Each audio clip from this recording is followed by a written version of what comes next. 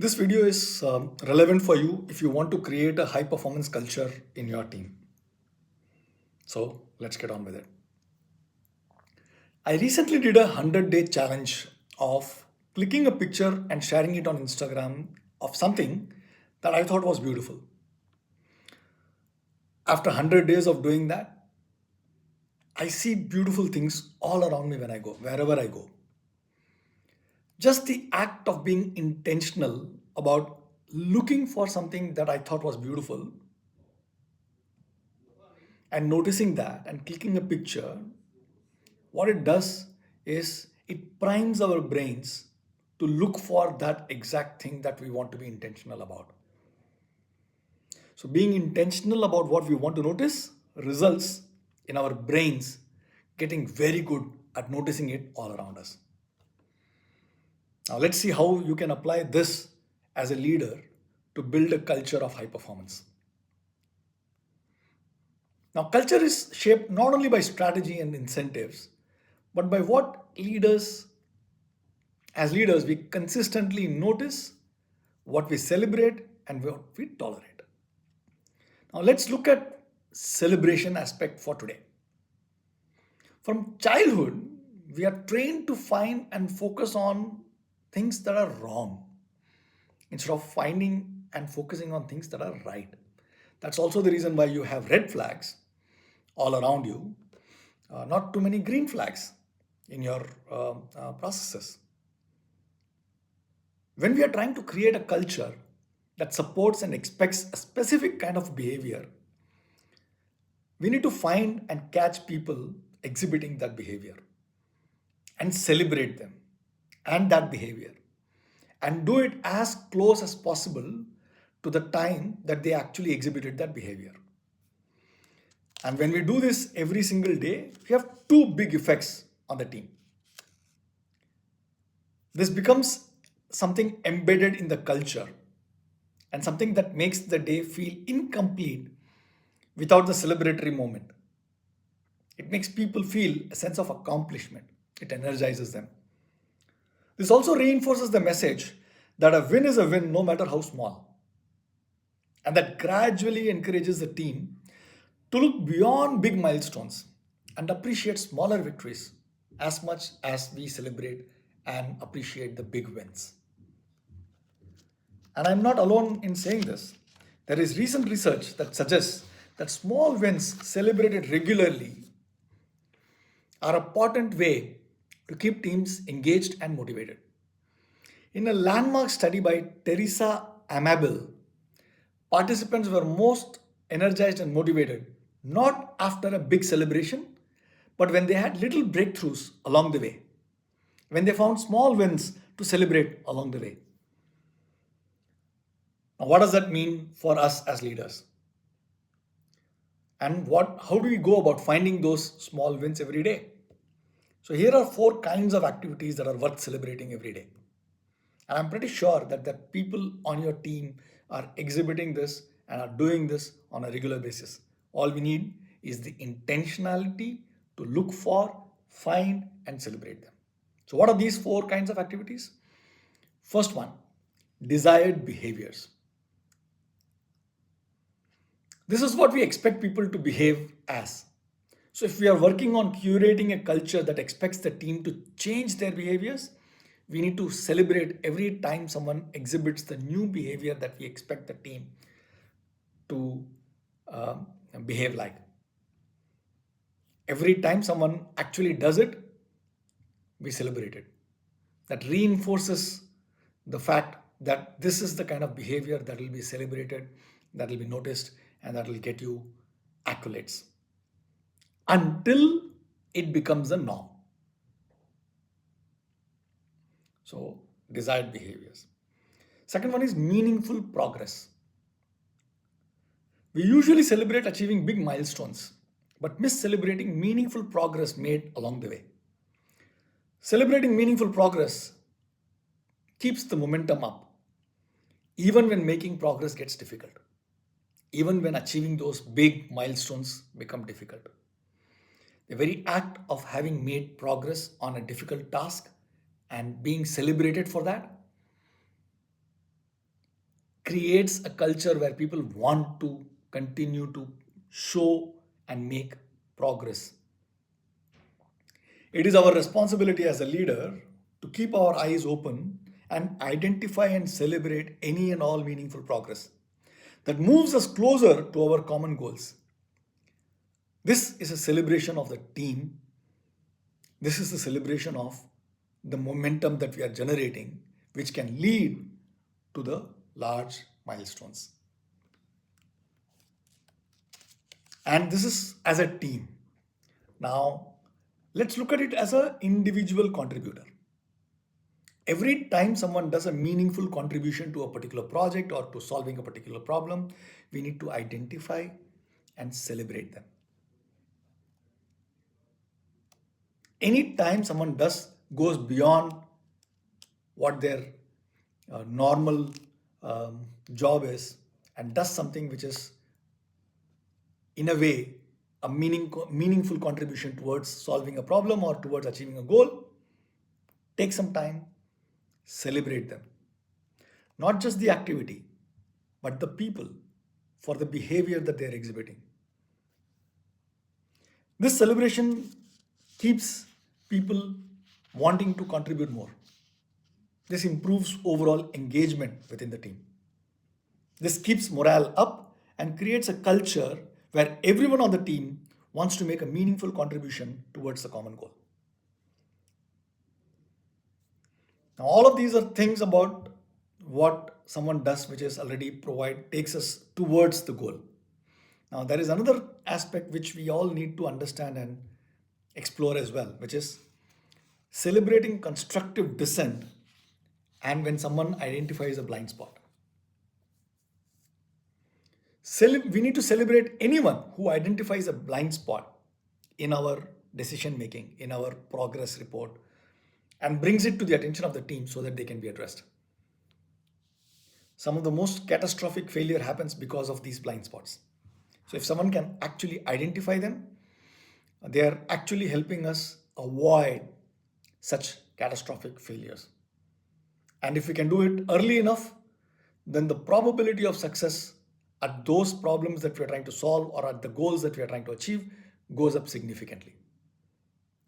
It might even be a good idea if we actually designate someone every time to find something worth celebrating every week.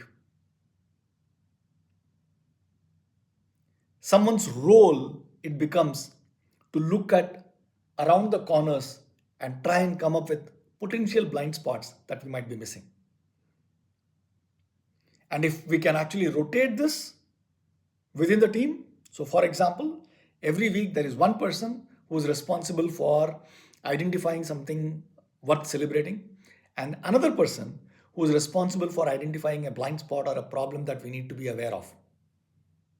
If we combine these two together, and if every week or every fortnight you change the person doing this role, keeping the role constant, what we are doing is we are training people to not only look at problems, not only look at potential obstacles, potential blind spots, but at the same time find things that are worth celebrating.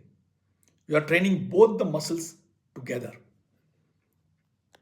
And that creates significant momentum because not only are you identifying areas where someone can do a meaningful contribution by having identified the blind spot or a challenge area or a problem or an obstacle, but at the same time, you're also ensuring that the risk of you not achieving your objectives goes down significantly.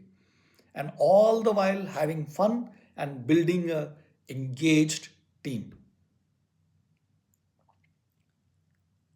Now the question is, how often should we do this? We know that cultures are not built in a day. They require consistent action over time. So if we want to create a culture where we celebrate wins daily, we need to find a way to do it daily. Or at the most weekly, at least. We could create a dashboard, physical or digital, where everyone is encouraged to find something worth celebrating.